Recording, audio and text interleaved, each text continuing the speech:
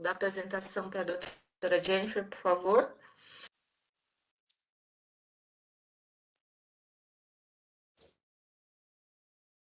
E o doutor Fernando vai fazer o caso? Sim, o doutor Fernando vai apresentar o caso. Perfeito.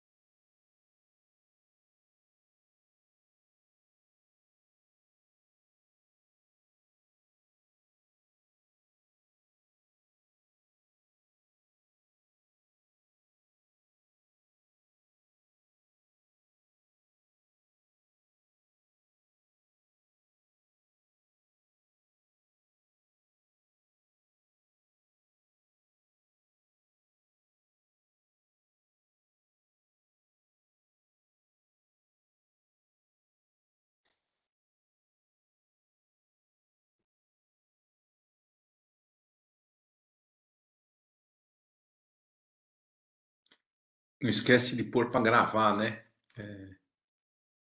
Na hora que a gente começar. Já tá gravando já, doutor. Ah, beleza. Não adianta começar muito tempo antes. O ideal mesmo é sempre começar a hora que a gente inicia, porque aí fica bem certinho. Ah, certo. Não, já coloquei para não esquecer aqui, que é muito importante. Não, só estou tentando te ajudar para lembrar. Obrigada, muito obrigada. Bom, pessoal, bom dia. São 6 horas e a gente vai dar início à nossa reunião semanal do Programa de Capacitação Complementar em Endoscopia Avançada da Via Biliar e Pancreática. E hoje a doutora Jennifer foi quem escolheu esse artigo, é um artigo do Clinical Journal of Gastroenterology. Ele mostra como é que a gente determina, né, e qual a estratégia de tratamento ou de abordagem das estenoses pancreáticas, né? E qual que é a perspectiva do gastroenterologista. Por quê? Porque sempre que os exames de imagem, como tomografia, ressonância, detectam uma estenose pancreática, sempre vem à nossa cabeça, né? O que isso significa? Será que nós temos um tumor? Será que nós temos uma pancreatite crônica? Será que nós temos alguma coisa que possa determinar essa etiologia? Como que a gente faz para fazer o diagnóstico? Manda operar? Não manda operar? Faz o segmento? Então esse é um trabalho extremamente interessante que nos traz muita dificuldade no dia a dia, né? E não é tão infrequente quanto a gente imagina, ou seja, a gente vê frequentemente, né, esse tipo de alteração.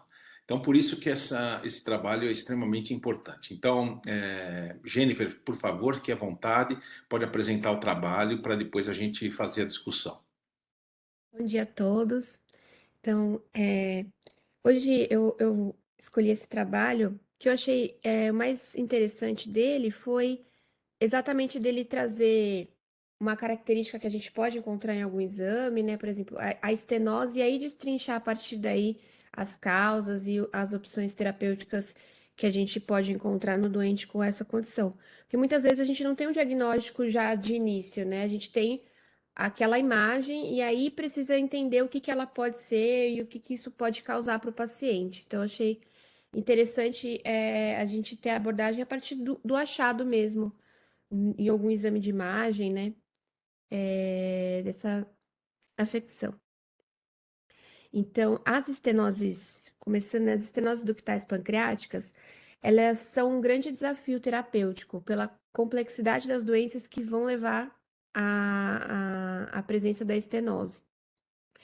E o primeiro passo na abordagem dessa condição é excluir a malignidade, já que em alguns casos ela pode ser um sintoma, um sinal da malignidade no pâncreas. E as estenoses elas podem ser classificadas em benignas e malignas, únicas ou múltiplas, dominantes e não dominantes, sendo que são consideradas estenoses dominantes quando existe a dilatação montante do ducto pancreático maior do que 6 milímetros, quando ocorre uma oclusão do fluxo de contraste ao lado de um catéter de 6 French inserido a montante da constrição, mostrando que o tamanho do ducto é menor do que este tamanho, e a provocação de sintomas durante infusão contínua de 1 litro de solução salina injetada a montante, usando um catéter nasopancreático por 12 a 24 horas. Então, a gente precisa melhor entender e avaliar as características da estenose, a localização e as variações anatômicas para formular uma estratégia de abordagem nessa doença que é tão complexa. O manejo endoscópico, geralmente, ele vai ser a primeira linha terapêutica das estenoses quando únicas, dominantes e sintomáticas, devido à menor morbidade e mortalidade comparado ao procedimento cirúrgico. Então, esse estudo, é um artigo de revisão que vai abordar os sintomas, as possíveis causas, indicações e abordagens terapêuticas possíveis, né, no caso das estenoses.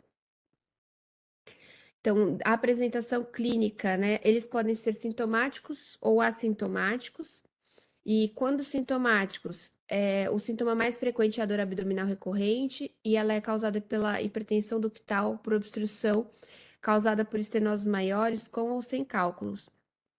Outra coisa que pode ocorrer é a perda de peso e a esteatorreia, e ela é secundária à insuficiência pancreática exócrina e à obstrução do fluxo pancreático. Náuseas, vômitos e empachamentos também podem ser encontrados e ocorrem geralmente por compressão gástrica ou duodenal causada por algum pseudocisto que promove efeitos de massa. E a icterícia e colangite são sintomas típicos, geralmente, das pancreatites autoimunes.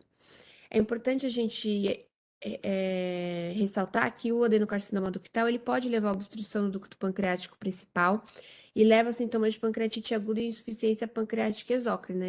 E então a gente sempre tem que excluir as causas de malignidade, principalmente o adenocarcinoma ductal pancreático. Das etiologias benignas e malignas, as benignas, geralmente a mais frequente é a pancreatite crônica. Tem também a pancreatite aguda recorrente, causadas por trauma, pancreatites com pseudocistos, pancreatite autoimune relacionada ao IgG4 e cirurgias pancreáticas prévias e neoplasias pancreáticas benignas, além de casos de iatrogenia com colocamento de stent no ducto pancreático após uma após uma CPRE, como algo, na verdade, protetivo para pancreatite aguda. Das causas malignas, a gente sempre tem que pensar quando elas podem envolver diretamente o ducto pancreático principal, como os IPNMs tipo 1 e o adenocarcinoma ductal pancreático, ou promover uma compressão extrínseca, como uma neoplasia de papila, duodenal ou mesmo de colédoco. É importante fazer uma anamnese adequada e avaliar o histórico meticuloso da ingesta alcoólica para guiar a etiologia da estenose. E, após isso, avaliar o parênquima, as anormalidades ductais, e geralmente utilizando a ressonância, a colangiorressonância e a ecoendoscopia, que vai dar informações importantes para a gente, assim excluindo a malignidade. Então, sinais sugestivos de doença benigna: pacientes jovens com histórico de pancreatite prévia, ausência de icterícia com colédoco normal, apresentando estenoses no corpo e na cauda, muitas vezes múltiplas, com irregularidades ductais difusas, presença de anomalias como pâncreas diviso e ductos secundários irregulares com presença de cálculo no ducto pancreático principal. E as imagens suspeitas de malignidade são as estenoses isoladas em ducto pancreático principal com dilatação montante, a presença de massas associadas, principalmente na cabeça, estenoses na cabeça e no cólon, e estenoses simultâneas do ducto pancreático principal e do colédoco. É importante atentar que 2% dos pacientes com diagnóstico recente de pancreatite crônica têm uma malignidade associada. E os pacientes também, e é importante também pesquisar, ter um maior alerta sobre a presença de malignidade nos pacientes com uma doença com uma pancreatite crônica controlada, apresentando novos sinais de alarme, e que também é um motivo, como a gente viu nos trabalhos anteriores, que é um sinal que pode está começando a aparecer um adenocarcinoma intraductal, né? E são sinais, começam a aparecer os sintomas dessa doença maligna. E quais esses exames de imagem, então, a gente pode utilizar na estenose de ducto pancreático principal, né? A Sociedade Europeia, ela recomenda a tomografia ou a ressonância e colangiorressonância bem de boa qualidade, para excluir o câncer pancreático na pancreatite crônica, que é uma causa comum das estenoses. Esse estudo da, da, da Revista Europeia de Radiologia de 2017 viu uma meta-análise com 52 estudos que avaliou a tomografia e ressonância e avaliou que eles têm uma acurácia para detecção de câncer pancreático similar. A colangiorressonância, ela tem uma acurácia excelente para avaliar anormalidades ductais, né, como as estenoses, dilatações e cálculos. E em 2 estudos retrospectivos, um com crianças apresentando pancreatite crônica, teve uma acurácia de 73,2% e em adultos com pancreatite crônica de 92,2%. A ecoendoscopia, neste estudo, ela coloca como reservada para os casos onde a tomografia e a ressonância magnética apresentam normais e você ainda tem uma forte suspeita de malignidade, ou um caso de pancreatite recorrente. A gente já viu a associação, né, da pancreatite recorrente com o câncer pancreático. Ela permite tanto a avaliação de lesões, às vezes não possíveis ainda de ser pegas numa ressonância ou tomografia, como a possibilidade de biópsia tecidual, que tem uma sensibilidade de 80% no diagnóstico da pancreatite autoimune, por exemplo, com baixo risco de pancreatite aguda.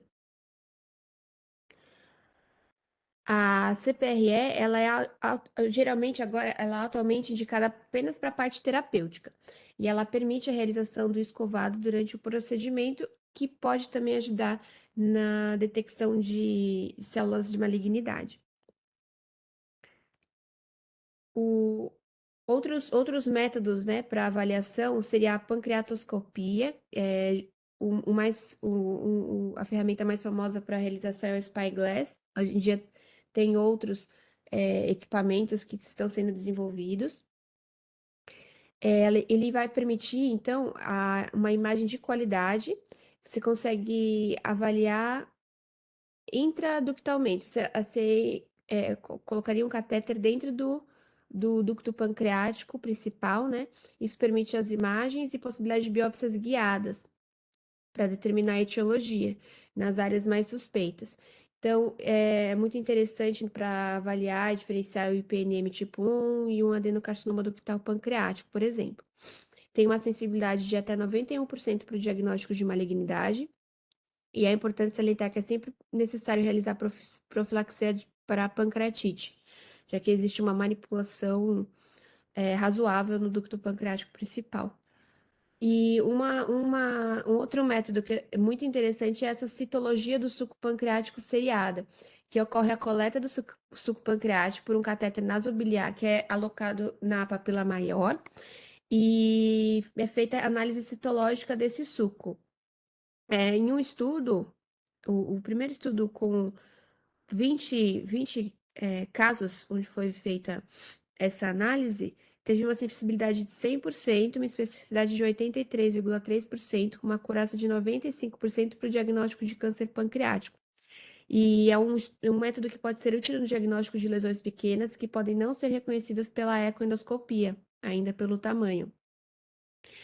E ainda faltam estudos a respeito, né, para a gente ver realmente se esses dados vão se manter de sensibilidade e especificidade, mas parece ser muito promissor. Além disso, outras técnicas de vanguarda, a gente tem a endomicroscopia confocal, né, através do colangioflex com mini probe, que é realizado pela CPRE, com a infusão endovenosa de fluoresceína. Isso vai permitir imagens de alta resolução microscópicas da estenose. E ainda tem poucos estudos seriados a respeito da avaliação do ducto pancreático. Ele é muito utilizado para outras avaliações até o momento. Aqui a gente tem, né, o padrão que a gente vai encontrar na endomicroscopia confocal. Então, o IPNM tem esse padrão mais viliforme até. E aí vai mudando de acordo com os achados, né? E ele utiliza um laser que emite uma luz e retorna com que reflete no tecido e traz uma imagem microscópica em vivo, né? E é bem interessante.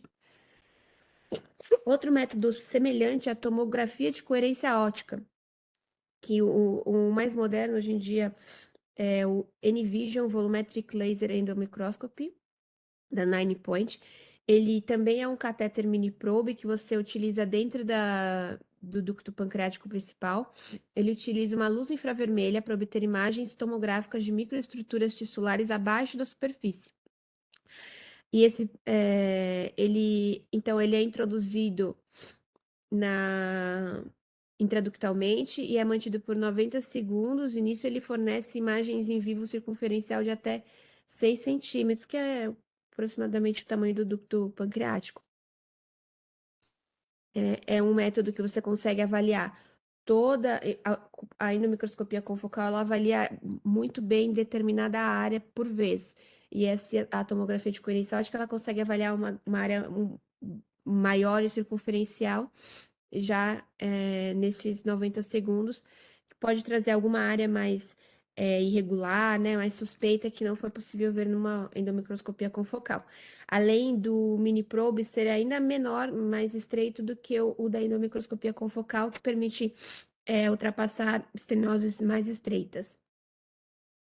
Então, aqui eu achei bem legal esse infográfico, que é de um outro trabalho, outro estudo, mas que mostra essas técnicas e o tanto que elas vão conseguir captar da imagem do ducto pancreático.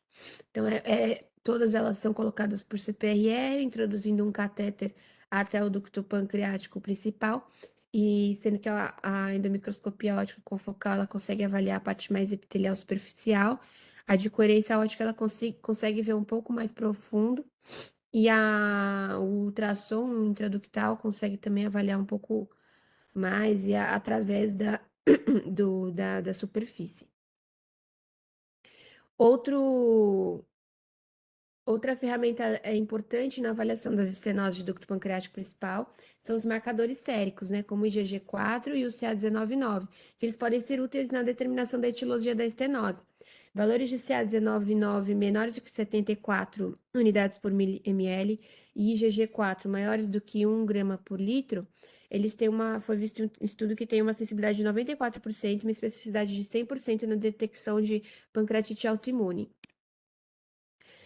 E então, após essa avaliação, né, de como a gente vai investigar essas lesões, as indicações de abordagem, né? Os pacientes assintomáticos, em que foi excluídas causas malignas, não é indicado a intervenção.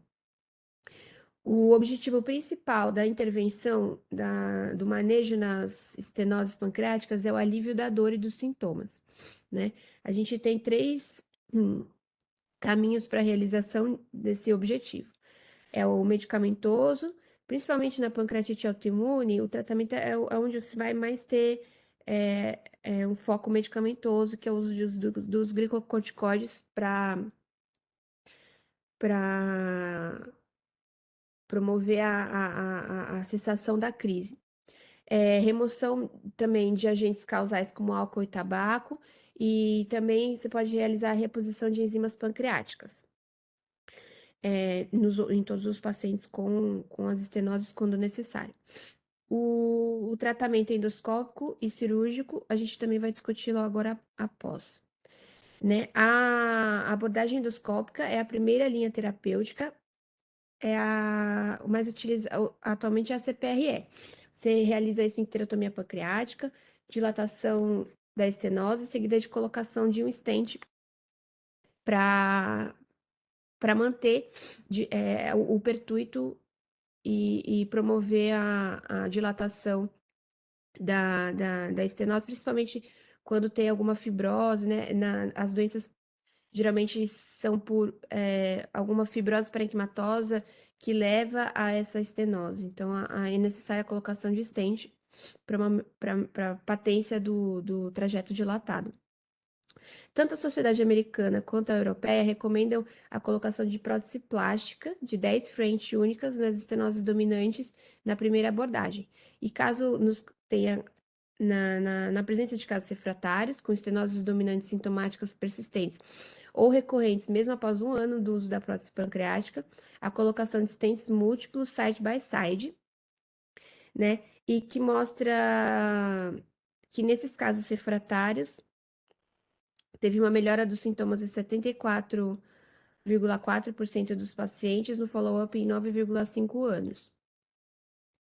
Outros estudos advogam também o uso de stents side by side, às vezes já até no primeiro caso, para evitar que haja um colabamento da saída dos ductos secundários, né? Colocando mais de um stent, você promove uma abertura entre o ducto pancreático e as saídas dos ductos secundários. Aqui uma imagem que mostra, né, é um paciente que tem um adenocarcinoma na cauda do pâncreas, que após a pancreatectomia distal evoluiu com uma estenose dominante no corpo do pâncreas. Foi feito um pancreatograma que mostrou uma estrutura, uma estenose dominante. Foi revelada, foi feita um escovado durante a CPRE, que a gente viu que é possível realizar. Então, foi realizado o tratamento com a colocação da prótese e o escovado revelou se tratar de novo adenocarcinoma aqui na região. Então, a gente tem múltiplos estudos mostrando o sucesso clínico da abordagem endoscópica por CPRE de 83% a 100%, e a longo prazo de 52% a 84%, com o uso de stents plásticos. Foi considerado sucesso clínico a melhora dos sintomas, né, que é o objetivo principal da abordagem. E uma meta-análise de 16 estudos avaliando pacientes com pancreatite crônica evidenciou uma melhora imediata da dor em 88% dos pacientes e a longo prazo em 67%. O uso de stents metálicos totalmente recobertos tem sido estudados também para tratamento das estenoses pancreáticas, e uma meta-análise de 10 estudos com N de 163 casos viu uma resolução das estenoses de 93%, porém com altos índices de eventos adversos de 34,9% contra 7,85% dos stents plásticos. Como o sucesso clínico não é tão tão maior do que os das próteses plásticas é que fala um pouco contra a colocação de estentes metálicos totalmente recobertos. Em alguns momentos, não vai ser possível a realização da CPRE, né? A gente tem uma taxa de insucesso técnico de 3 a 10%, e geralmente ela ocorre por uma falha na canulação, presença de estenoses graves, cálculos pancreáticos e anatomia alterada. Nesses casos, é indicada a drenagem ecoguiada quando disponível.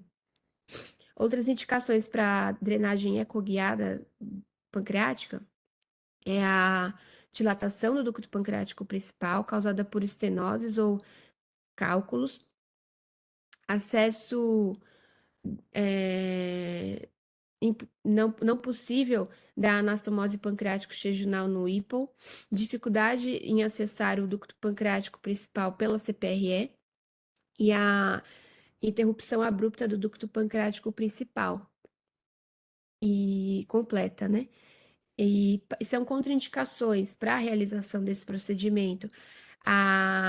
Quando não se é visualizado o ducto pancreático principal pela ecoendoscopia, presença de estenoses multifocais, presença de sangue entremeando de vasos, vasos importantes entremeando a rota, né? Então você não tem um acesso direto para o ducto pancreático principal, e longas distâncias em relação à localização onde está o aparelho para realizar a punção, né? Não tem uma boa janela. Então, a drenagem, ela é feita inicialmente é feita a visualização do ducto pancreático principal, ecograficamente, através do acesso transgástrico ou duodenal. E aí é inserida uma agulha de 19 Gauss, com a possibilidade de passagem de um fio guia de 0,025 a 0,035 polegadas, preferencialmente. E nos casos onde se tem um pâncreas mais fibrótico ou com o ducto pancreático principal menor do que 5 milímetros, uma agulha de 22 Gauss é recomendada, que permite a passagem de um fio guia de 0,018 polegadas. A primeira opção é sempre o rendezvous, que é o acesso mais fisiológico para o paciente, a drenagem mais fisiológica, né? Então, é passado um fio guia pela cateterização desse ducto pancreático e é inserido o fio guia até a saída pela papila maior. É realizada, então, a troca do aparelho por um duodenoscópio e a realização da CPRE é guiada por esse fio guia, para permitir o acesso ao ducto pancreático. Uma outra opção, quando não é possível ultrapassar a estenose ou tem-se uma cirurgia prévia que impede a visualização da papila, é a drenagem pancreática transmural. Então, é realizada a dilatação do trajeto com dilatadores mecânicos e balão dilatador. É preferível essa dilatação não térmica, né, a frio, devido ao maior risco de complicações quando usado dispositivos com cautério. Apesar de, quando não ser possível, né, a dilatação de estenoses muito frequentemente associadas à fibrose, pode-se utilizar desses métodos com cautério associado. É realizada a passagem de prótese, então, guiada pelo fio guia, e para a realização desse procedimento, geralmente é indicado o acesso transduodenal, quando se tem a estenose na cabeça, e os transgástricos nas anatomias alteradas, e a gente não tem acesso ao duodeno. Então, aqui é evidenciado um paciente com uma estenose dominante na cabeça do pâncreas, que levava a uma dilatação grosseira do ducto pancreático principal, com dor e falha de tratamento na CPRE. Não foi possível realizar. Foi planejada, então, essa drenagem ecoguiada. Foi realizado um acesso pancreático, um acesso transgástrico, né? Aqui foi realizada a punção deixado o fio guia, e aqui é visto com contraste que pela que o ducto está bem dilatado, né? E aqui é a colocação da prótese após no ducto pancreático principal, através do acesso transgástrico. Também, preferencialmente, esse estudo fala sobre o uso de próteses plásticas para esses casos. E os resultados das drenagens ecoguiadas, né? Nesse estudo de TCE, eles encontraram um sucesso técnico de 92% e clínico de 76%, com uma taxa de eventos adversos de 14%. Foram indicadas nas pancreatites crônicas com obstrução completa, papila inacessível, estenose da anastomose pós-Whipple e ruptura completa do ducto pancreático principal por pancreatite ou trauma. Um estudo coorte com 94 pacientes, que é uma das maiores coortes, encontrou um sucesso técnico de 100% e clínico de 81,9%, com eventos adversos em torno de 8%. E em outro estudo comparativo avaliando estenoses malignas e benignas, foi visto um sucesso técnico maior nas lesões malignas, com menores taxas de eventos adversos, de 100% versus 75% nas benignas. E um outro estudo multicêntrico que compara a drenagem ecoguiada e a CPRE assistida por enteroscopia após a cirurgia de Whipple, que é uma opção quando se tem a alteração anatômica pós-operatória, foi que o acesso ecoendoscópico foi associado ao maior sucesso técnico, bem disparado, de 92,5% contra 20% na guiada por enteroscopia, e um clínico de 87,5% versus 23,1% por CPRE. Mas ela também teve uma alta taxa de eventos adversos, muito maior, que em torno de 35% versus 2,9%. Outra possibilidade para o tratamento dessas lesões, dessas alterações, desculpa, são os tratamentos cirúrgicos. E eles consistem na drenagem, ressecção ou na técnica mista, que é a drenagem da área estenótica e a ressecção, a ressecção da área estenótica e a drenagem de coleções devido a essa área. O tipo de abordagem vai depender da etiologia, do tamanho do ducto pancreático principal, da localização da estenose e da presença de massa cefálica ou não. E aqui ele coloca as indicações cirúrgicas, as técnicas cirúrgicas possíveis de acordo com o que a gente encontra, né? Então, cirurgia de Whipple pode ser utilizada na doença confinada na cabeça e a pancreatectomia distal quando se tem a doença confinada na cauda. Berger ou Bernert ficaria reservado para massas cefálicas inflamatórias com obstrução biliar associada. A pancreatectomia total com autotransplante das ilhotas pancreáticas pode ser realizada nas doenças dos ductos secundários ou formas hereditárias de pancreatite crônica que tem um alto risco de malignidade. Então, é indicado a retirada do tecido pancreático o máximo possível para evitar uma malignização futura. E a cirurgia de Frey, o que é indicada quando se tem um ducto pancreático principal dilatado com massa inflamatória cefálica. Aqui, óbvio, é somente né, são sugestões que ele coloca e indicações de cada procedimento, mas para guiar, não necessariamente seria isso, né? Então, no caso de tratamento ineficaz, quando se tem dilatação do ducto pancreático principal, tratamento endoscópico ineficaz, você pode. E tem uma massa, desculpa, uma massa na cabeça pancreática, é indicado então o procedimento de Frey, sem massas, uma anastomose pancreático jejunal lateral para drenagem.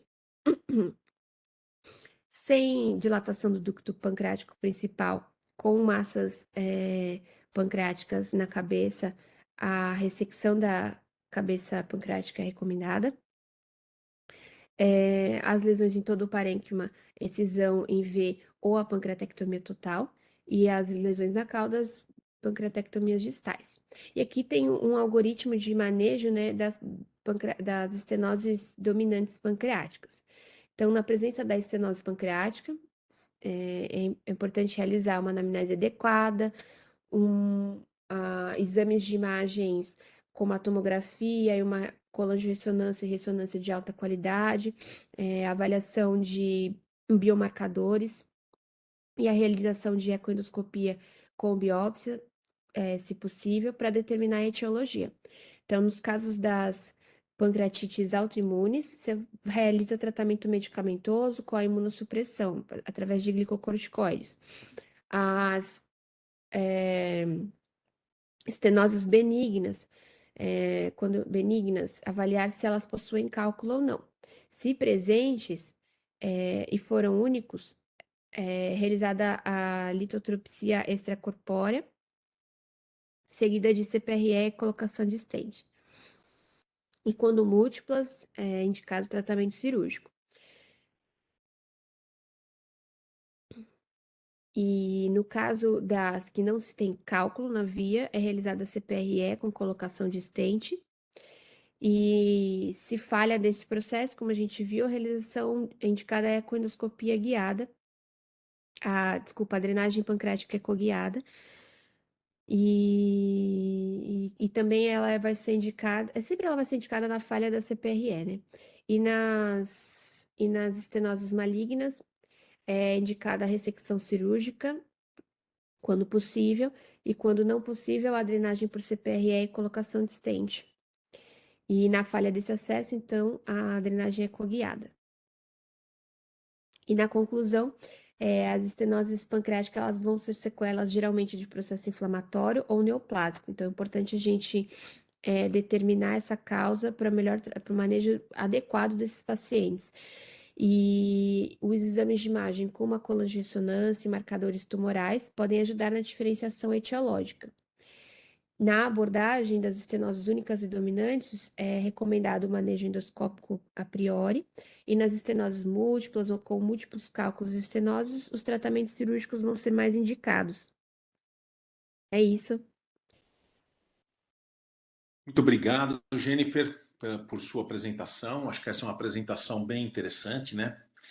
Como eu disse, e você confirmou, né? Ou seja, através do trabalho houve a confirmação. As estenoses pancreáticas são uma das doenças do pâncreas mais desafiadoras. Mas o mais importante que eu gostaria que todos vocês guardassem é, uma vez identificada uma estenose pancreática num exame de ressonância ou num exame de tomografia, o importante é descartar câncer. Uma vez descartada a presença de câncer, aí sim você vai poder fazer tudo isso que a doutora Jennifer falou e que o trabalho mostrou. Ou seja, se você tiver uma pancreatite crônica, né, que é a mais frequente de todas, ou uma pancreatite autoimune, aí o que você vai fazer? Você pode fazer o tratamento endoscópico, que é o ponto nevrálgico e o ponto inicial dessas estenoses para tratamento, ou na falência do tratamento endoscópico, com suas várias modalidades, nós devemos utilizar o tratamento cirúrgico. E nós, como gastroenterologistas, e está aí o Rodrigo depois, que não vai me deixar mentir, né? Nós, como gastroenterologistas, sabemos que os cirurgiões têm algumas ferramentas cirúrgicas, de modalidades cirúrgicas, como, por exemplo, a cirurgia de Frey, a cirurgia de Beger, a pancreatectomia total, a duodenopancreatectomia, ou a anastomose do ducto pancreático lateral jejunal, né? Que permitem a drenagem dessas lesões com pancreatite crônica. Então, esse trabalho é um trabalho realmente muito interessante, que aborda um tema que muitas vezes as pessoas não discutem, porque realmente não é um tema agradável, por ser um tema muito difícil e também nebuloso, mas é um tema que realmente nos chama bastante atenção em relação àquilo que a gente deve fazer. Eu queria de cara chamar o Eloy, né, para a gente dar continuidade a essa discussão, porque o Eloy tem um caso muito emblemático, né, de estenose, né, e a gente viu lá, a Jennifer mostrou bem, né, que uma das causas é a manipulação iatrogênica do ducto pancreático principal. E a gente sabe que a gente tem muito medo, né? Eu me lembro desde quando eu estava na França com o professor Ligoury, ele sempre dizia o seguinte: cuidado com o ducto pancreático principal. Esse negócio, né, tão propalado pela literatura de você colocar próteses plásticas no interior do ducto, por exemplo, para prevenir pancreatite aguda numa simples TPRE, você pode causar problemas, né? E é muito divulgado a realização de prótese plástica profilática da pancreatite aguda pós papilectomia endoscópica. Manobra que nós, o nosso grupo aqui, né, eu, o Eloy, o Otávio, a gente não faz. Por quê? Porque realmente você não vai prevenir absolutamente nada em relação a isso. Muito pelo contrário, a manipulação do ducto pancreático principal pode trazer, inclusive efeitos inflamatórios nessa região. Então eu queria que o Eloy contasse esse caso, porque eu acho que esse é um caso extremamente interessante. O Eloy já prometeu várias vezes, né? Agora ele vai fazer uma promessa aqui em público, né? De que nós vamos publicar esse caso, porque eu acho que esse é um caso extremamente interessante, para que a gente mostre isso para a comunidade médica, né? De como é difícil o manuseio, né? Principalmente o manuseio iatrogênico da via pancreática. Eloy, fique à vontade, bom dia.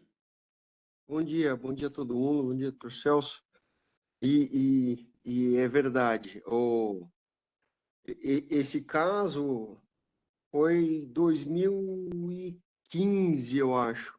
Ele veio com uma lesão de papila, era um adenoma de papila, que eu fiz a ressecção. Na época ainda tinha dúvidas com relação à prótese, né? Muito medo de não colocar e ser muito criticado. E eu fiz a papilectomia com colocação de prótese. O paciente, o que ele teve? Ele teve pancreatite pós a papilectomia, ou seja, não preveniu a pancreatite, e um mês depois da ressecção da papila, que veio um adenoma com displasia de baixo grau, ele apareceu com ele e internou com pancreatite aguda. E aí a gente achou estranho, assim, né? Essa pancreatite aguda, ele teve alguns sintomas de diarreia junto, ficou um quadro meio esquisito. E aí a gente foi fazer exame de imagem, viu uma dilatação do ducto pancreático só na tomografia e fez uma ressonância que identificou uma estenose no ducto pancreático, assim, exatamente a 5 centímetros acima da região da papila, que era exatamente o tamanho da prótese que eu coloquei. Né? Tinha colocado uma prótese sem o flap interno. E aí ficou naquela dúvida, putz, será que ele estava com tumor e que eu não vi na ecoendoscopia antes? Aí fui avaliar, antes eu drenei o ducto pancreático e fiz toda uma avaliação do parênquima novamente, né?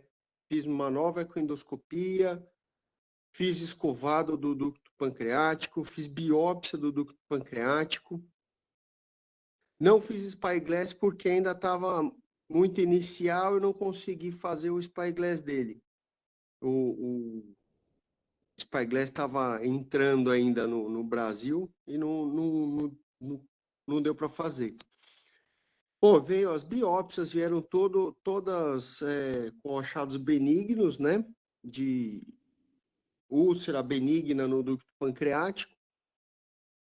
E aí eu passei a passar múltiplas próteses. Foi um tratamento prolongado, né? Durou uns 3 anos. Ele chegou a ficar mais de um ano com 3 próteses plásticas, né? E aí, quando cedeu essa estenose, eu tirei as próteses e até hoje, pelo menos, eu não tive mais notícia dele. A última notícia que eu tive dele, ele estava aí com uns 4, 5 meses sem as próteses e estava assintomático. Então, Perfeito. foi assim, assim, o tratamento deu certo por insistência do paciente, tá? Porque eu já tinha Desisti. indicado cirurgia, já tinha desistido, porque ele estava há 1 ano com 2 próteses, uma de 10 e uma de 7, no ducto pancreático. Aí migraram as próteses, ele fez uma nova pancreatite aguda. E recrudesceu toda a estenose. Aí nesse ponto eu falei assim, eu acho que ele não vai escapar. E aí eu tinha indicado a cirurgia e ele não quis, como ele não queria antes da papila. E ele Exato. topou continuar com as próteses e deu certo. Eu tenho Perfeito. outro caso também, Torcels, que era uma estenose pós-GDP. De ducto pancreático. O paciente, ele apareceu com uma dilatação do ducto e deu uma piorada nos sintomas digestivos lá. Ele começou a ter alguma diarreia sem controle. E só para comentar no caso que a Jennifer falou lá da dilatação do trajeto, e esses casos que tem pancreatite crônica, eu acho muito difícil você não usar o método térmico, porque eu tentei acessar sem o cistóstomo e não foi.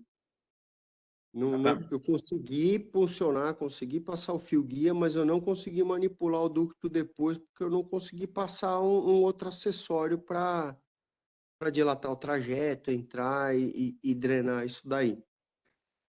Perfeito. Então, eu acho que esse caso agora a gente vai colocar em descrição, né? Mas eu acho que esse caso do Eloy é um caso extremamente emblemático. É um paciente que foi submetido a uma papilectomia para remoção de um adenoma de papila, evitando assim um procedimento operatório. Aí você coloca uma prótese, causa uma estenose. E essa estenose refratária, né, ao tratamento inicial, ela começa a dar crise de pancreatite aguda, sendo pensado, inclusive, né, no tratamento cirúrgico, que seria uma duodenopancreatectomia, né? Que seria uma duodenopancreatectomia. Então você vê como a gente tem que pensar muito, né? A gente discute muito, e eu discuto muito esses guidelines, todos eles, né, dizendo que é obrigatório, entre aspas, né? Ou a interpretação de alguns colegas que como existe lá recomendação para evitar pancreatite aguda, você tem que passar prótese. Há muito tempo, o Eloy sabe disso, o Otávio sabe disso, o próprio Rodrigo, que trabalha com a gente, sabe disso, que eu sou muito relutante em mexer com o ducto pancreático principal. Então eu queria agora ouvir as opiniões aí. Eu vou deixar, Rodrigo, eu vou deixar você um pouquinho por último, porque depois a gente vai discutir um pouquinho da cirurgia, mas eu queria ouvir aí os colegas, né, o Marcos Clarencio, o Marcos Vinícius, bem rapidamente sobre a própria Raquel, que também tem grande experiência em relação a isso, e o Humberto, né, em relação às estenoses pancreáticas. Por favor, fiquem à vontade para falar, discutir. Estamos abertos aí a discussões. Ô, Celso, bom dia a todos. Esse é um Bom dia, assunto Marcos. realmente que a nossa vivência é mínima, para não dizer zero, né? Apesar de termos um hospital-escola, né, que vem muitos casos de doença biliopancreática, comumente a gente não encontra, né? Eu não sei o Jorge Guedes, que também tem um ambulatório de pâncreas, talvez encontre mais do que a gente. Mas a mensagem que você colocou aí é extremamente importante, né? Quando quando ocorrer essa situação, né? Essa afecção de estenose, eu acho que o mais assim importante e o que devemos fazer de imediato é afastar câncer, né? E isso é uma mensagem que tem que ficar para a gente, para os residentes, enfim, né? E a abordagem terapêutica não é uma coisa simples, né? Trabalhar com pâncreas não é uma coisa simples. Mas a nossa vivência é muito pouca, viu, Celso? Mas essa é a Perfeito, mensagem aí principal. perfeito. Alguém mais quer fazer algum comentário, por favor? Fique bem à vontade. O Humberto está quietinho hoje. Não quer? Celso, Oi, pode fala, falar? Marcos. Pode, claro. Olha como é que os tempos mudam. Você lembra do trabalho que nós fizemos há alguns anos atrás, de papilectomia, Eu lembro, quando, exatamente. quando os casos que eu apresentei, que eu coloquei, não lembro quantos foi, acho que foram 6 ou 7, eu não tinha colocado prótese em nenhum. E você me deu puxão de orelha na época. Foi mesmo, Olha, olha como a coisa muda, né? foi E mesmo. ontem, olha que coincidência, ontem eu fiz uma papilectomia, um suspeito de um adenoma, que eu acho que não é adenoma, eu acho que o colega errou na ectoscopia prévia, eu acho que é realmente um tumor muito duro, e quando eu retirei a papila, eu percebi uma estenose depois da lesão. Interessante isso. Aí eu coloquei uma prótese antes. Deve ter sido a primeira vez que eu coloco uma prótese numa papilactomia. Tá certo. E você me deu puxão de orelha na época. É verdade, é verdade. Eu tenho que fazer aqui a meia-culpa.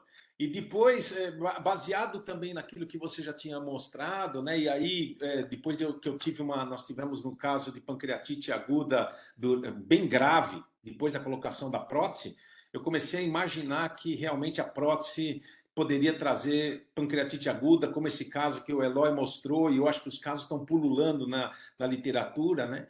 Em relação a isso. E hoje eu, por exemplo, não utilizo de forma alguma a implantação de prótese plástica preventiva de pancreatite aguda em qualquer situação, quer seja ela na papilectomia, quer seja ela na cateterização inadvertida do ducto pancreático principal. Isso tem que ficar bem claro. Ô, Celso, Fala, Humberto. opa, bom dia a todos aí. Eu acho que a gente está falando de tratamento versus iatrogenia, né? Então, a nossa participação na pancreatite crônica, nas estenoses, por via endoscópica, a nossa, dizendo da endoscopia como um todo, é muito pequena, né? A nossa participação deve se ater basicamente nas lesões mais de cabeça de pâncreas, de um modo geral, né? A tentativa endoscópica como primeira opção terapêutica nas estenoses que geralmente estão associadas a cálculos, nas pancreatites crônicas, que é o carro-chefe, a principal causa, a nossa participação vai se ater nas pancreatites crônicas, geralmente com cálculo na cabeça do pâncreas. Então, o trabalho, ele mostra, ele fala pouco por exemplo, de litotripsia, só fala no algoritmo. E mais da metade dos casos de estenose geralmente vão estar associados a cálculo, nos casos de pancreatite crônica, né? E quem já tratou sabe como é que é difícil por via endoscópica, sozinho. Então, assim, a gente no nosso meio, as nossas pancreatites, eu já falei uma vez aqui, parecem um pouco diferente das pancreatites da Europa. O Celso, que já passou na França, eu já passei na Alemanha, a gente vê pancreatite calculosa, obstrutiva, mas em muitos pacientes.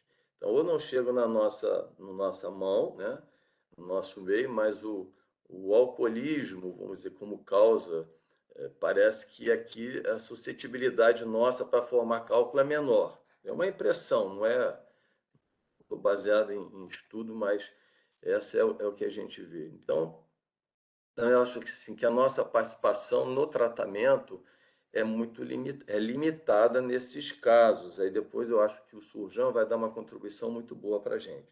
Em relação à iatrogenia, eu acho que as tentativas de se passar prótese após uma papilectomia parece o que leva à pancreatite pós a papilectomia. A tentativa de você cateterizar o ducto pancreático pós a ressecção e fica manipulando e acaba não conseguindo e acaba dando pancreatite pós a papilectomia e aí os estudos mostram, não botou prótese, deu pancreatite. Na verdade, é a tentativa, né? Por outro lado, nos casos de cateterismo difícil, no ducto pancreático comum, num acesso à via biliar, eu não sou completamente contra você colocar uma prótese pancreática fina, curta, bem curta, para você fazer o acesso à via biliar. E, de preferência, sem flap. São detalhes que são importantes. Sem flap distal, né? que essa prótese geralmente vai migrar, então não vai causar o dano ao ducto pancreático depois, mais raramente vai causar. Dos casos que a gente passou prótese curta no ducto pancreático normal para fazer o acesso à via biliar, depois 2, 3 vezes que o fio vai no pâncreas e sobe facilmente, isso é um detalhe técnico. Às vezes você fica tentando jogar um fio guia dentro do pâncreas e fica batendo lá no pescoço do pâncreas, vamos dizer assim, é onde causa pancreatite iatrogênica por fio guia, né? Então são detalhes técnicos, mas eu não fico assim muito estressado em não passar uma prótese pancreática para o acesso à via biliar, para eu diminuir o número de manipulações na hora do cateterismo. Então são essas duas situações. Então acho que a papilactomia eu concordo plenamente, e agora o acesso à via biliar com a prótese curtinha, fininha, não tem problema. E acho que nós ainda a gente faz pouca intervenção na via pancreática, né? Eu acho que o Spyglass vai ajudar bastante. E eu depois queria que o Eloy me falasse como é que ele fez essa biópsia do pâncreas, do pancreático, sem o Spyglass. Desculpa se eu me alonguei. Obrigado pelos comentários. Quem quer falar? Eu vi alguém falando aí? Eu queria ouvir a opinião da Raquel, né? Acho que a Raquel está aí. A Raquel tem uma experiência boa também com pâncreas, né? A Raquel vem também de uma escola que fazia muito pâncreas, que é a escola do professor Michel Kremer. Então, Raquel, por favor, fique bem à vontade e faça seus comentários, que com certeza vão ser muito bons para nós aqui em relação às estenoses do ducto pancreático principal. Bom dia, Celso. Bom dia a todos. Eu perdi uma parte dos comentários depois que você fez, dos colegas. Infelizmente, não ouvi o que o Marcos Clarence colocou, mas eu acho que você resumiu bem. O principal ponto quando você se depara com uma estenose pancreática é definir se tem etiologia neoplásica. Então, todos estamos de acordo e acho que esse é o caminho. Em relação ao tratamento, daí um outro ponto que eu gostaria de frisar muito. Você só deve pensar em tratar endoscopicamente ou cirurgicamente, ou seja, de forma invasiva, se esse paciente tiver sintomas. Muitos pacientes com doença pancreática crônica por álcool ou mesmo por doença autoimune, eles não têm sintomas.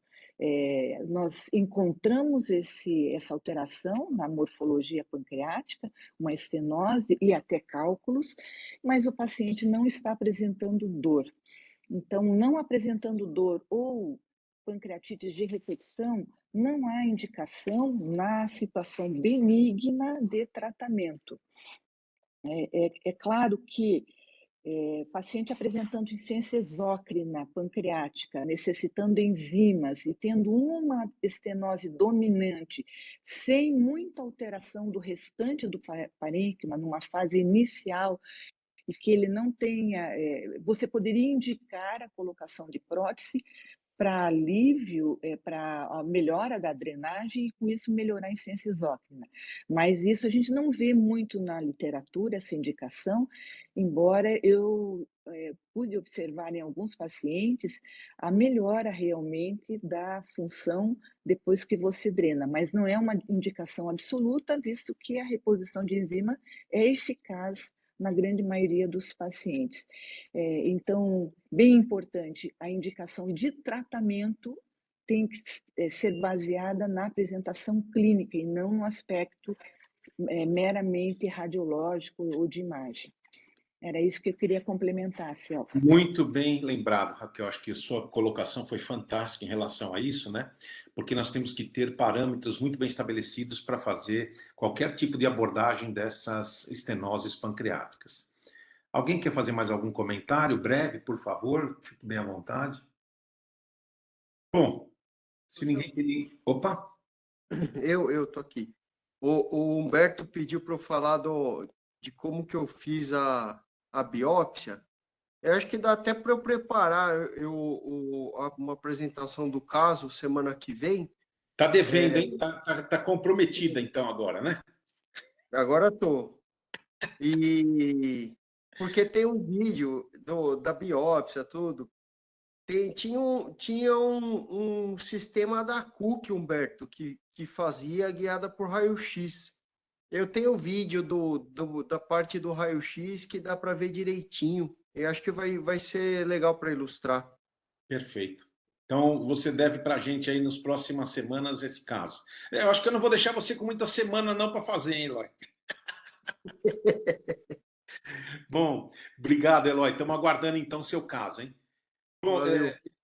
eu queria saber agora do Rodrigo, né? Rodrigo Surjan, eu acho que é importante essa pincelada final, né? Porque os procedimentos operatórios, nesses casos, são procedimentos operatórios que têm que ser bem estabelecidos. Eu queria que o Rodrigo fizesse um resumo de como cirurgião que ele de quando ele indicaria, por exemplo, a cirurgia de Frey, a cirurgia de Beger, a cirurgia que também era conhecida no nosso tempo como Eder-Puestos, mas houve uma mudança, né? Então, eu queria saber do Rodrigo o que ele pensa, né, para terminar essa discussão. Rodrigo, fique bem à vontade. Não sei se você está nos escutando. Bom dia, Celso. Bom dia a todos. Queria só começar com um comentário de um ponto inicial da apresentação. Jennifer, mais uma vez, obrigado pela ótima apresentação.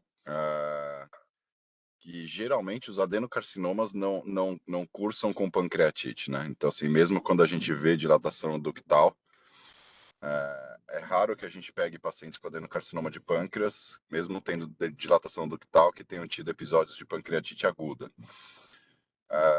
Antes de tudo, eu acho que o maior desafio nos pacientes que a gente vê dilatações de ducto pancreático principal é o diagnóstico. Não são casos tão frequentes assim, mas existem aqueles casos em que o diagnóstico em si é um grande desafio, quer dizer, a gente não encontra tumor, a gente não encontra indícios de pancreatopatia autoimune, e acho que são esses casos extremamente desafiadores nessa fase, e esses pacientes têm que ser seguidos de perto e investir com os exames adequados para se tentar o máximo possível chegar ao diagnóstico. Eu acho que do ponto de vista cirúrgico, da abordagem das dilatações ductais sintomáticas, como a Raquel disse, eu estava com isso na minha cabeça o tempo todo, quais são os pacientes que têm que ser abordados, né? A gente tem que ter extremo bom senso em relação a isso. Primeiro, eu acho que você tem que ter em mente quais são as tecnologias que você tem à sua disposição. Acho que aqui a gente parte para dois modos terapêuticos, que é ou por via endoscópica ou por via cirúrgica. E eu acho que isso pode ser uma discussão feita em conjunto. Então, sim, inicialmente preferi os métodos menos invasivos, como a endoscopia, e aí discutir bem o caso em relação à forma de tratamento, perspectiva de sucesso terapêutico. Também lembrar que muitas vezes a gente vai ter que ter um certo endurance, né, ao longo desse tratamento todo, né? Então, assim, aqueles pacientes com estruturas benignas, né, esse paciente vai ser acompanhado por um longo período de tempo, e a gente não pode esquecer de acompanhar esses pacientes, porque muitos deles têm fatores de risco também para, mesmo que aquela estenose seja benigna, um dia desenvolver um adenocarcinoma de pâncreas. Eu acho que isso pode ser muito bem realizado dessa forma, uma discussão em equipe, uma discussão em conjunto. Da mesma forma, lembrar que quando a gente fala de ampulectomia, né, de uma papilectomia por adenoma, por exemplo, eu acho que o grande trunfo que vocês têm na manga é que o tratamento de vocês não impossibilita um tratamento mais invasivo cirúrgico posterior, né? Então, eu acho que a gente pode sempre se lembrar disso. Eu, como cirurgião, tento me lembrar disso. Assim, por que não dar uma chance? Por que não dar uma chance ao doente e à equipe que pode fazer o tratamento menos invasivo possível? Do ponto de vista de tratamento cirúrgico em si, eu acho que aquelas dilatações de corpo e cauda são muito bem servidas pela derivação lateral do ducto. Geralmente, esses pacientes têm um parênquima pancreático bastante endurecido, são anastomoses que ficam extremamente amplas, são, claro, procedimentos que têm que ser feitos em centros de referência, mas não são tão complexos assim tecnicamente, mas é claro, envolve uma cirurgia de grande porte, que é a derivação lateral pancreato-jejunal, mas que fornece uma forma de terapêutica bastante efetiva, segura e duradoura. Nos demais casos de localizações diversas, como por exemplo a gente fala de procedimentos derivativos na cabeça do pâncreas, quer dizer, você faz basicamente, você tira um pedaço da cabeça do pâncreas e faz uma derivação de uma alça para essa região. Eu já tenho muito mais algumas reservas em relação a isso, porque atualmente a gente consegue fazer procedimentos de ressecção com bastante segurança, por via minimamente invasiva, com evolução pós-operatória muito boa. Então, eu acho que no final das contas tem que se levar também muito bom senso na hora de indicar a cirurgia. Eu acho que as derivações distais são ótimas. A gente às vezes se reserva também a possibilidade de ressecção de um trecho do pâncreas fazendo derivação com uma alça para os dois lados, né? Uma alça voltada para a cabeça, outra alça voltada para o corpo. E na hora de se falar em cabeça de pâncreas, o meu limiar diminui muito em direção aos procedimentos de ressecção mesmo, porque hoje em dia uma duodenopancreatectomia bem feita, num centro de referência, por via minimamente invasiva, quando a gente fala de grande morbimortalidade, eu acho que mortalidade praticamente pode se tirar dessa conta aí e falar que ainda, claro, é um procedimento com uma morbidade elevada, mas com uma mortalidade extremamente baixa, extremamente baixa. Quer dizer que, pelo que eu entendi, só para resumir, Rodrigo, você, na sua opinião, veja se eu estou, você me corrige se eu estiver errado, que na sua opinião, ao invés de fazer Fry e Beger tão divulgados aí, você promoveria diretamente uma duodenopancreatectomia, correto? Acho que em boa parte dos casos, sim, Celso. Eu acho que você fazer uma manipulação muito extensa da cabeça do pâncreas, mantendo o fator de risco, mantendo um tecido não muito viável, frente à possibilidade de um procedimento de ressecção relativamente rápido, por via minimamente invasiva, que hoje a gente tem uma mortalidade zero, ou vamos dizer, virtualmente zero, eu não sei se não seria a melhor via para a gente. Olha, Rodrigo, quero As dizer... derivações de corpo e cauda são muito boas. Aí sim, aí eu estou dizendo que assim, são procedimentos bons, a gente pega um ducto dilatado, abre o pâncreas é duro, coloca uma alça, faz uma anastomose de 4, 5 centímetros. A gente tem que tomar muito cuidado no intraoperatório para não deixar ainda assim áreas estenóticas, quer dizer, realmente, às vezes são múltiplas as estenoses, abrir longitudinalmente bastante o ducto pancreático e garantir que todas as áreas de estenose estão drenadas. Aí sim, eu acho que é um ótimo procedimento. Perfeito. Agora sim, ficar intervindo muito sobre a cabeça do pâncreas eu acho um pouco mais complicado. Perfeito, eu compartilho plenamente da sua assertiva. Eu compartilho, há muito tempo eu discuto com cirurgiões naquele grupo que a gente tem de doenças do pâncreas, que é de segunda-feira, do porquê fazer Fry, do porquê fazer Beger, se você hoje tem taxas tão baixas de mortalidade, né, da duodenopancreatectomia. Então eu acho que a duodenopancreatectomia é muito melhor do que você ficar, entre aspas, né, cavucando a cabeça do pâncreas, né? Um se tiver alterações biliares e outro se não tiver. Eu concordo plenamente, Rodrigo. Realmente eu acho que depois que você estuda tanto, né, e conhece a história natural da doença, eu acho que é o melhor para o paciente. Bom, Só um rápido comentário, Celso. claro. A gente conhece a história natural da história da cirurgia do pâncreas. Então, Exato, assim, também tem essa. a Tem essa. mortalidade da adenopâncreatectomia durante décadas foi praticamente impeditiva, a ponto de a técnica já existir e os cirurgiões falarem, olha, quer saber, você tem um câncer na cabeça do pâncreas, deixa morrer de câncer para não morrer de duodenopancreaté. Sério, grandes cirurgiões, os maiores cirurgiões do mundo falavam isso, de cirurgia pancreática, eu não lembro em quais décadas aí, no século passado, tá? Então, eles sempre buscaram uma forma alternativa de preservação da anatomia biliopancreática e do arco duodenal. Hoje em dia, a gente trabalha de uma forma muito diferente. Essas cirurgias surgiram nesse contexto. Hoje, o contexto é diferente. Perfeito. Gente, muito obrigado por todos os comentários. Agora a gente vai passar para o caso clínico. O Fernando vai apresentar o caso. Por favor, Fernando, vamos apresentar o caso, ser rápido para a gente poder discutir, tá? Para a gente discutir rapidamente o caso, que é um caso bem interessante. Bom dia a todos. Vou apresentar o caso clínico de hoje, tá? Essa daí é uma paciente de sexo feminino, de 66 anos, tá? Ela é totalmente assintomática quando passou com a gente. Essa paciente era uma paciente que estava fazendo acompanhamento periódico de um nódulo renal que ela tinha, tá? Aí no acompanhamento dela, teve uma tomografia de abdômen que ela fez, que foi achado, na verdade, foi um achado de uma ectasia difusa do ducto pancreático principal, tá? Aí eu coloquei a tomografia da paciente, que foi visto uma ectasia do ducto, tá? E o laudo falava que o ducto pancreático principal media ter mais ou menos 0,5 centímetros, tá? E ele também descrevia algumas ectasias ductais secundárias que estavam no colo do pâncreas, tá? Esse foi um achado da tomografia que a paciente realizou em outro serviço, tá? Posteriormente foi feita uma colangio-ressonância na paciente e foi vista essas formações císticas, né? Ela tem no colo e tem uma aqui que dá para ver na cabeça do pâncreas, tá?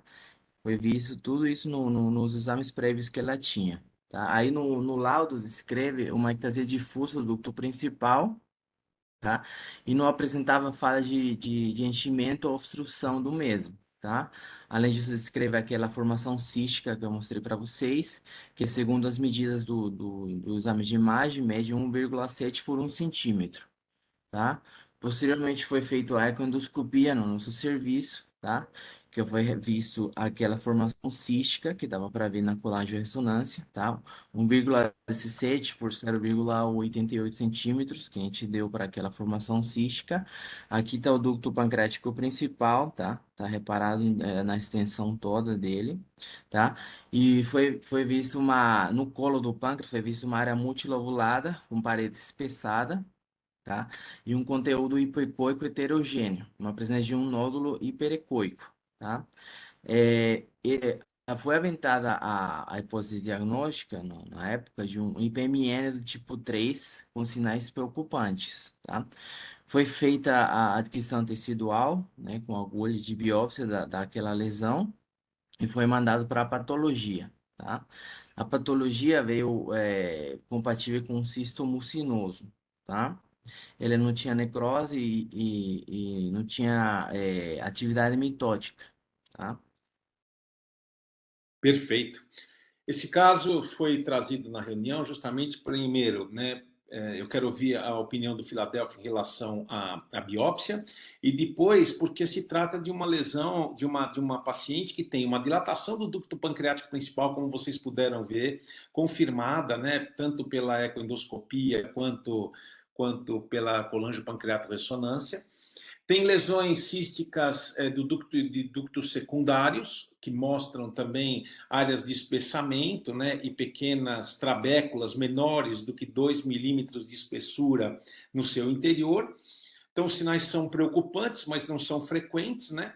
Então, eu trouxe aqui para a gente discutir, para saber o que a gente faz, como a gente aborda essa paciente. Eu acho que é um caso realmente de muita dúvida, né? Uma paciente jovem, praticamente assintomática, né, Fernando? Não tinha Sim, absolutamente nada.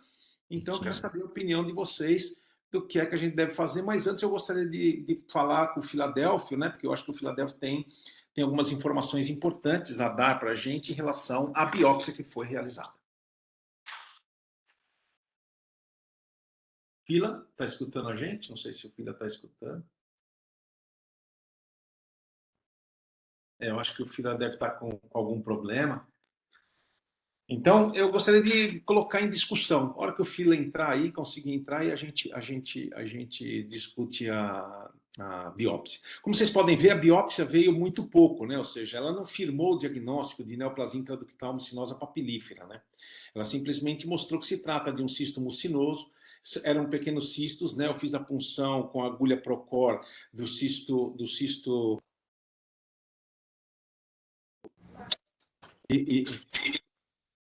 eu fiz a biópsia do cisto periférico e essa biópsia do cisto periférico mostrou especificamente um cisto mucinoso. Então, eu vou pedir para o Everton desligar o seu microfone, que está tendo... Obrigado. Então, vamos lá, por favor, quem quer fazer algum comentário, fique bem à vontade do que fazer com esse paciente. Humberto? Dengue, me desculpa, qual que era o maior secundário e o diâmetro maior do Wirsum? 1.4, menos do que 1.4, por aí. Menos do que 1.4. E o Wirsum? O Wirsum tinha 0.4 também, 0.47, se eu não me engano. Olha, o Philadelphia apareceu aí. Fila, eu acho que ele deve estar com algum problema de internet. Pode falar, Rodrigo, fica à vontade. Vamos dar continuidade enquanto ele consegue aí. Tinha vegetação de 1.4? Não, vegetação não. E algum outro sinal de alto risco ou não? Não, só esses daí mesmo. Uma parede um pouco espessada, alterações no seu interior, como o Fernando está mostrando aí. Nada além disso. Da tranquilidade ao doente. Quem está falando?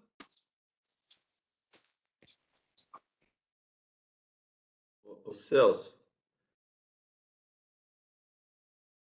Ô, Celso. Fala. O Philadelphia está com problema aí do áudio que ele Realmente aparece. ele está com problema.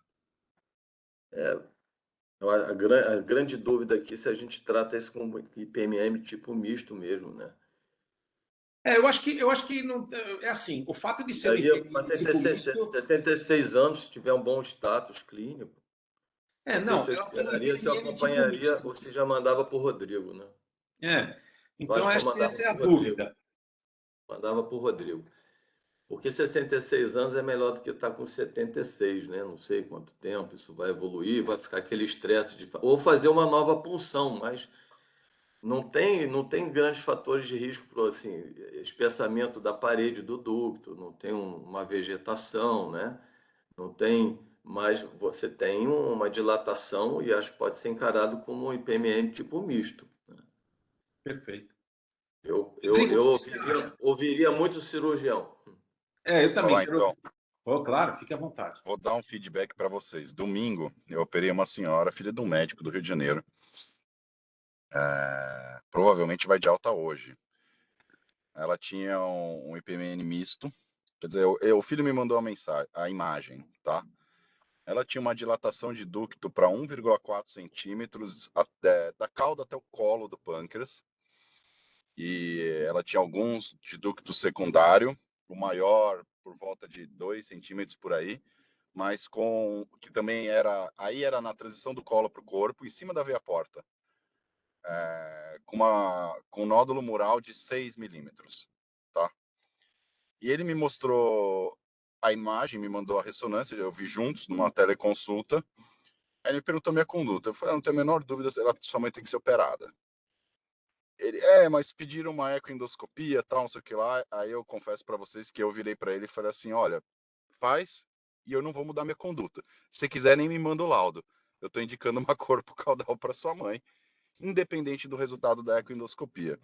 Porque ela tinha 2 high-risk stigmatas, né? Ela não tinha nem worrisome features. Ela tinha 2 high-risk stigmatas.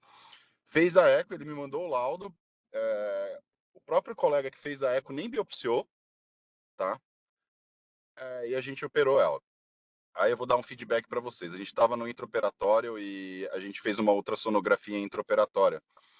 E eu estava no robô e o colega com o ultrassom fazendo ultrassom. Aí eu virei pro colega e falei, o negócio é o seguinte, o objetivo da gente fazer esse ultrassom é a gente acompanhando o calibre do ducto pancreático por ultrassom até a hora que esse ducto ficar fino. Aí o colega que estava em campo já, puta, não sei se a gente vai conseguir fazer isso. E eu falei, além disso, eu quero que ache o cisto, eu quero que ache o nódulo mural e a gente vai medir esse nódulo mural. Aí todo mundo meio bravo comigo, assim. Eu falei, pessoal, toda terça-feira, 6 horas da manhã, eu vou numa reunião que os caras fazem isso todo dia. Eu falei, a gente vai ter que conseguir fazer também. Depois eu mostro para vocês como ficaram bonitas as imagens do ultrassom que a gente conseguiu fazer lá na robótica e a gente conseguiu fazer exatamente isso. Eu acho que aqui a gente tem que ser super pragmático, algumas coisas importantes. CA199, antecedente de neoplasia biliopancreática na família, antecedente de neo de mama na família. Acho que a gente tem que ficar muito atento na possibilidade desses pacientes terem a mutação de BRCA1, BRCA2, para enquadrar esses pacientes em pacientes de risco ou não. principalmente naquelas que são mulheres mais jovens. Eu acho que aqui a gente tem que ser pragmático e olhar independentemente qual que são as lesões de maior risco. A gente tem principalmente uma lesão com um pouco maior risco, mas que a gente não tem nenhum high risk stigmata. Eu acho Não. que inicialmente eu acompanharia essa paciente, mas de uma Perfeito. forma bem próxima, controle com ressonância em 6 meses, no máximo 1 ano. Eu não partiria para aqueles controles de ressonância em 2, 3 anos, pelo motivo que o Humberto falou. Aqui, se você for ter que tomar uma decisão de partir para ressecção, tem que ser logo, para não querer operar essa paciente com 80 anos de idade. Mas eu acho que inicialmente, como a gente não tem nenhum high risk stigmata e é a apresentação inicial da doença, eu acompanharia de perto por enquanto. Eu concordo plenamente, que é o que a gente vai fazer com essa paciente. Eu acho que realmente essa é importante. Acho que o Marcos Clarencio quer falar alguma coisa. Marcos, fique bem à vontade. Mais uma vez o Sujan demonstra um espírito não só cirúrgico, mas clínico também embutido, né, nele. Eu estava aqui no meu canto e estava querendo acompanhar o paciente também, não operar. Mas essa é uma decisão também que precisa ter a participação do paciente na decisão, né? Mostrar que existe uma possibilidade significativa de não ter nada e acompanhar, mas também que existe essa possibilidade de ter já um câncer inicial. Eu também sou a favor de acompanhar essa paciente bem de perto. Que bom que o cirurgião tem esse espírito também, ok? Eu só quero fazer um comentário breve, que eu acho que essa é a típica paciente que a gente tem que ter uma decisão multidisciplinar. É o cirurgião, o gastroenterologista, o radiologista e o paciente. As pessoas esquecem no multidisciplinar o paciente e a família. Nós temos que ter essa muito bem lembrado, Marcos, nós temos que ter esse feedback do doente também em relação a isso. Por isso que eu acho que a gente tem que dividir. A gente não pode errar sozinho. Infelizmente, nesses casos, nós temos que dividir o que a gente vai avaliar. Eu queria ouvir os comentários da Raquel. Quero saber se a Raquel tem algum comentário em relação a esse caso, o que ela faria, se ela faria alguma coisa diferente. Raquel? Celso, eu só fiquei em dúvida no início da apresentação que citou a presença de um nódulo. E aí eu fiquei preocupada. Mas já estou vendo É um nódulo hiperecóico. Um nódulo hiperecóico. Entendi. Não, porque eu estava preocupada que volta tivesse lá, na parede. Volta na ecoendoscopia. Volta na ecoendoscopia. Ó, é aquele nódulo, você está vendo a foto da direita, acima, tá vendo? Sim. Tem uma área hiperecóica ali, bem na parede, tá vendo? Uhum. Então é aquele dentro nódulo do canal. identificado. A ecoendoscopia não identificou nenhum nódulo no interior, entendeu? Veja, Celso, não, como o Rodrigo comentou, sem um sinal de alto risco, é claro que seria interessante, já que ela vinha fazendo seguimento de uma doença renal, cálculo, não lembro o que ela fazia, segmento renal, ela tinha imagens prévias, eu não sei se não tinha alguma imagem prévia do pâncreas para ver se houve uma mudança brusca desse aumento do vírus, que é pequeno ainda, é um discreto aumento. Não, se já havia ou se não foi possível, não tinha avaliação do pâncreas, eu considero que não tem nenhum alto risco, vou fazer segmento. Concordo com isso. E o segmento tem que ser de 6 meses, né, Raquel? Eu acho que todo paciente que eu começo a investigar, que chega para mim, eu faço segmento inicial sempre a 6 meses.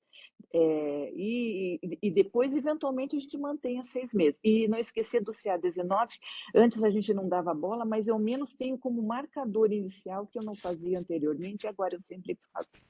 Perfeito, é isso mesmo. Isso é muito importante. Alguém tem mais algum comentário? Acho que agora eu consigo. Opa, pode falar. Opa, fila. Vamos lá. Então, na abordagem multidisciplinar faltou patologista. Exatamente, faltou mesmo. Então vamos lá. Você não estava aí. Principalmente no caso desse, você vê que o laudo foi limitado, não é? E você me falou que teve alguma dificuldade técnica na obtenção. Foi muito difícil fazer a biópsia dessa lesão. Era uma lesão muito pequena e uma lesão assim de difícil penetrância. Então, assim, mas toda a imagem ecoendoscópica fala a favor do IPMN, tá certo? Sim. Então, quando eu coloco mucinoso, quer dizer, não necessariamente é uma na imensa maioria das vezes, não é uma neoplasia cística mucinosa. Quer dizer, você tem todo o quadro de IPMN, eu estou dizendo, olha, é mucinoso sim, só que eu não tenho todos os elementos. Eu tenho uma microcorda, eu tenho 3 células mucinosas unidas, né? Então, é o que eu consigo falar num exame desse. Quer dizer, vocês viram que foi difícil para todo mundo. Agora, felizmente, a conclusão multidisciplinar é que nós temos que reabordar essa paciente, óbvio, né? E ir atrás desse diagnóstico para valer, ainda mais com esse nódulo no ducto principal, né? Perfeito, Fila. Muito obrigado. Eu acho que é exatamente isso, né? É aquilo que eu digo. Uma coisa que é importante. Todos nós usamos o Filadélfia aqui como nosso guru da patologia. E uma coisa importante. Quando a gente tem um quadro radiológico compatível com o IPMN, nós temos uma ecoendoscopia que é compatível com o IPMN, e o Filadélfio não fecha como neoplasia, mas sim como cisto mucinoso, nós podemos interpretar, e o Filadélfio me corrija se eu estiver errado, como se for confirmatório de uma neoplasia intraductal mucinosa papilífera. Mas, infelizmente, a quantidade de material, a quantidade de tecido não foi suficiente para fazer o diagnóstico de certeza de neoplasia intraductal mucinosa papilífera. Mas a gente pode imaginar que isso esteja certo. Correto, Fila? Claro, eu estou te dando a linhagem, tá certo? Tem que juntar as coisas, né? Não pode dissociar a patologia do que você está vendo. Perfeito. É isso aí. Perfeito. Celso, Oi. Desculpa. Esse nódulo está aqui à altura mesmo no ducto, hein? Tá mais ou menos na região inclusive está como é que chama? Não está nem no ducto, ele está numa lesão secundária, né, dos ductos secundários.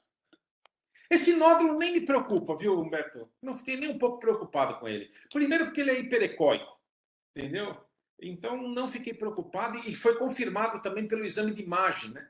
O exame da tomografia computadorizada, se eu não me engano, né? Fernando? Que a minha impressão inicial é que era intraductal mesmo, do ducto principal. Não tinha. Não é no ducto principal. Mostra lá o primeiro slide, Fernando, só para a gente Vou ter mostrar certeza. aqui. Aí, tá aqui, ó.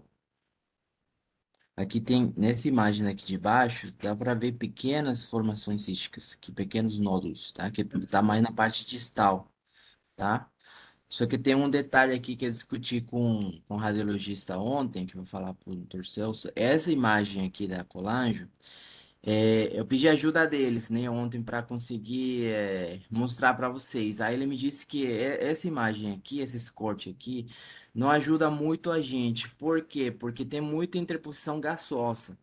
Então ele falou que poderia ter melhorado um pouco mais na hora de fazer os cortes da colangio, para a gente conseguir ter um pouco mais claridade nas imagens, para conseguir definir com certeza onde que a gente que setor do pâncreas que a gente estava falando. Perfeito. É isso mesmo. Gente, alguém tem mais algum comentário? Fiquem bem à vontade. Celso, Eu acho que... Oi. Nesse caso aí, na reavaliação desse paciente, você tem indicação de fazer um spyglass nele? Não, nem pensaria em fazer um spyglass nele. Não, né? Nem pensaria. Não. Eu acho que as indicações do spyglass, nos casos de IPMN, são realmente indicações muito bem precisas.